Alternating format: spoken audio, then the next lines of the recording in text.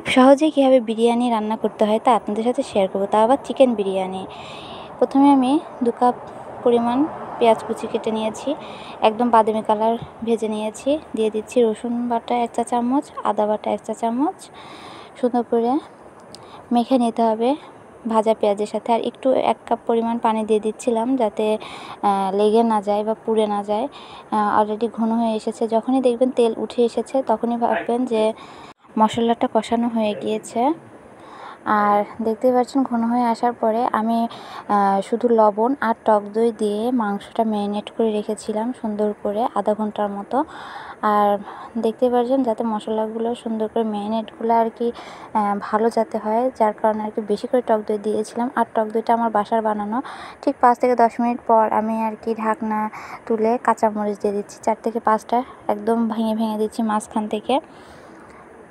আর আবারও উল্টায় পাল্টায় দিচ্ছি চিকেনগুলো আমি যাতে সুন্দর করে কষানো হয়। আবারও আমি 20 মিনিট অপেক্ষা করার পর ঢাকনা তুললাম। অলরেডি আমার চিকেনগুলা একদম নরম হয়ে এসেছে, কষানো হয়ে গিয়েছে দেখতেই পাচ্ছেন। আর অনেক সুন্দর একটা ফ্লেভার বের হয়েছে। আর এদিকে আমি চাউলটা 2 কাপ চাউল দিয়েছিলাম পানি ঝরানোর জন্য। 2 কাপ চাউল যদি আমরা দিয়ে থাকি সেখানে 4 কাপ পানি দিতে হবে। চাউলের পরিমাণ যতটুকু ততটুকুই আর কি পানি দিতে হবে।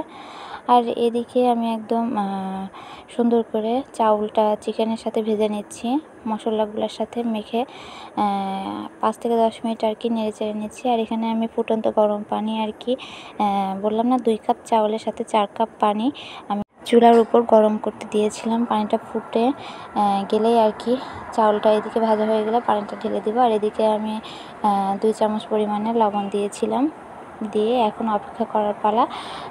তার মাঝামাঝি 5 মিনিট পর আমি আবার 4 থেকে 5টা কাঁচামরিচ দিয়ে দিয়েছিলাম। আর হ্যাঁ, এখানে আমি বিরিয়ানির মশলাটা ইউজ করেছি একদম সহজভাবে। আর এখানে আমি গরুর দুধ 1 কাপ ইউজ করেছি, আপনারা চাইলে গুঁড়া দুধও ইউজ করতে পারেন।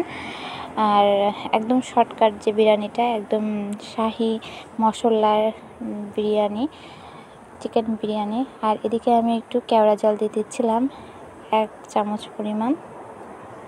আর তার সাথে একটু ঘি দিয়ে দিয়েছিলাম চারপাশ দিয়ে আবারও উল্টায় পাল্টায় নেড়ে চেড়ে নিচ্ছি।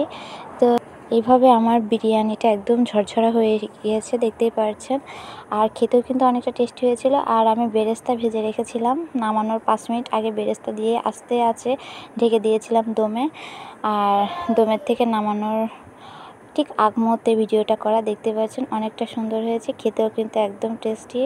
আর ঝটপট করে ফেলুন ঘরোয়া পদ্ধতিতে এইভাবে বিরিয়ানি রান্না, একদম চিকেন বিরিয়ানি। যারা যারা খেতে পছন্দ করেন তারা এইভাবে রান্না করে ফেলুন। আল্লাহ।